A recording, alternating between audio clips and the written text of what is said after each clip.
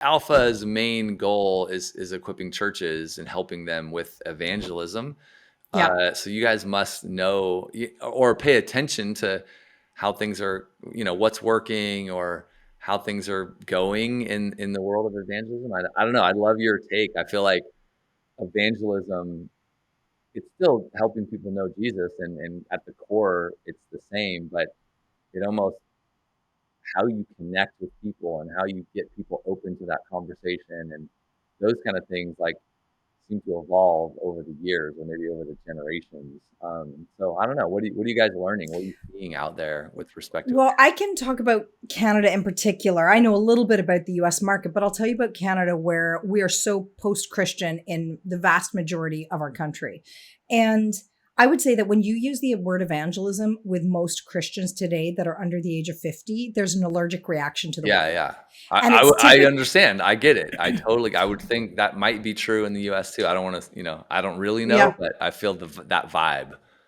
And typically it's because they're having a reaction to the method, not necessarily the desire for their friends to come to know Jesus, but it's like as soon as you say evangelism, you think a particular way of doing it What do they from think? a Like well, what? you could think Campus Crusades model, the Crew model of Four Spiritual Laws. You could think Billy Graham or one of the big sort of preachers on a stage in a stadium. They think, oh, I've got to go door to door. I've got to drop a track somewhere. There's sort of these old thinking of like, that's the best way. Hmm. Now it's moved a lot, but I think that's the emotional response to evangelism. And then there's also, I think, a theological misunderstanding on what we're trying to do and what is our responsibility in evangelism.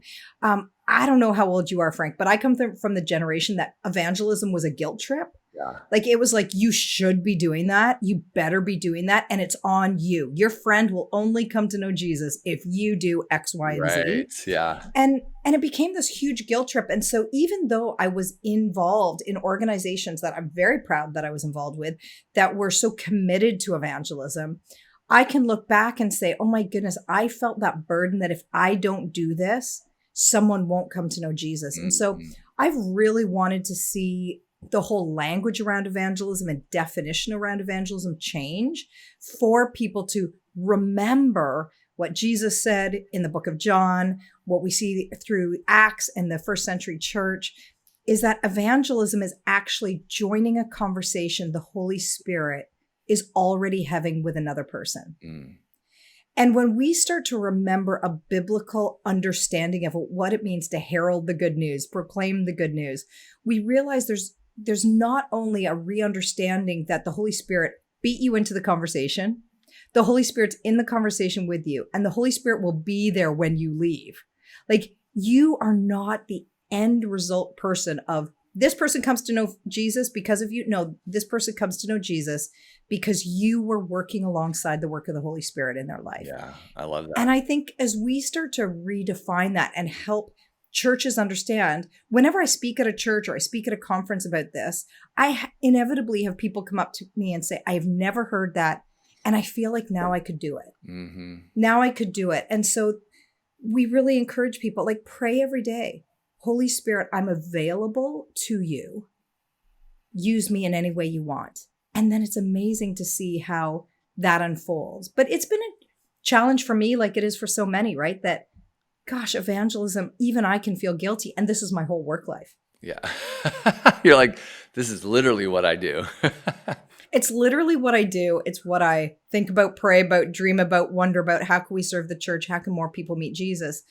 But at the end of the day, I'm so captivated by Jesus that I just want everybody to know. And so even though I work for Alpha, I think it's a great way of doing evangelism. Yeah. I just want people to be activated in it. And I want Christians to realize they can participate because the King of the universe is inviting them to join the Spirit that is already doing this work. Right.